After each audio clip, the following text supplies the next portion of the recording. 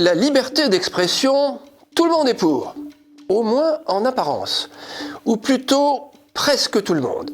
Certains y sont franchement et officiellement opposés. Le journaliste Patrick Cohen appartient à cette faction. Patrick Cohen est né en 1962 à Montreuil, fils d'un père juif marocain, patron de chaudronnerie, et d'une mère sicilienne. Il est marié à une ancienne journaliste, Alexandra Kouren. Jouissant d'une réputation de journaliste appliqué dans son travail, il a été longtemps l'un des chefs d'orchestre de l'information. Patrick Cohen s'est fait le chantre de la liberté d'expression, mais tant qu'elle demeurait dans les limites du politiquement correct. Jusqu'à ce que le masque tombe face à Frédéric Tadei. Nous y reviendrons. Baccalauréat scientifique au lycée parisien Charlemagne, il passe le concours de Sciences Po Paris, auquel il n'est pas reçu.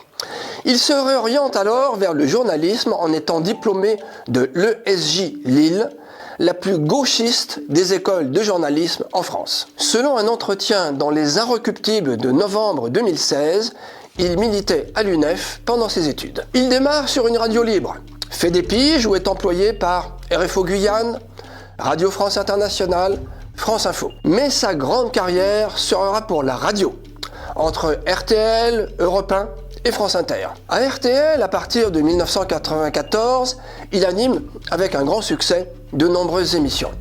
Les auditeurs ont la parole ou le grand jury. Il animera également la matinale et présentera RTL Soir. Puis ce seront des allers-retours entre les chaînes. France Inter en 2007, Europe 1 en 2008, France Inter de nouveau, puis France 5 avec C'est à vous. Europe 1 en 2017, où sa matinale est un échec. Il rejoint France Culture, est ensuite pressenti pour prendre la matinale de France Info, n'est pas choisi et il quitte le service public.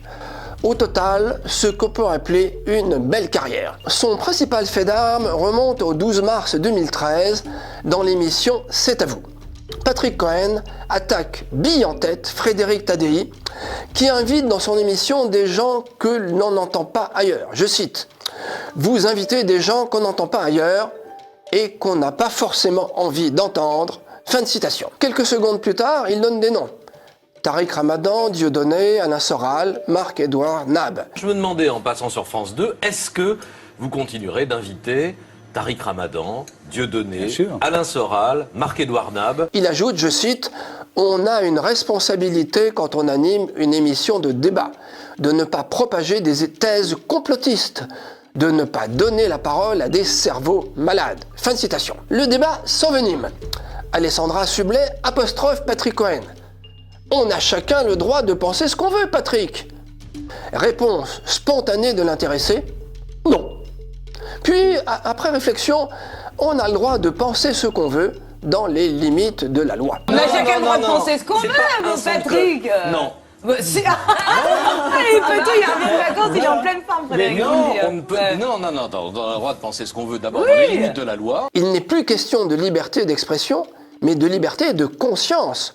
On doit penser ce qu'on veut, je dis bien penser ce qu'on veut, dans les limites de la loi. Je crois qu'on ne peut pas soupçonner la sincérité de Patrick Cohen. Il est sincèrement, comme nombre de ses confrères, pas tous heureusement, contre la liberté d'expression, contre même la liberté de penser. Il est pour le débat, mais entre soi. Accordons-lui ce droit, mais accordons-nous aussi le droit de défendre nos libertés.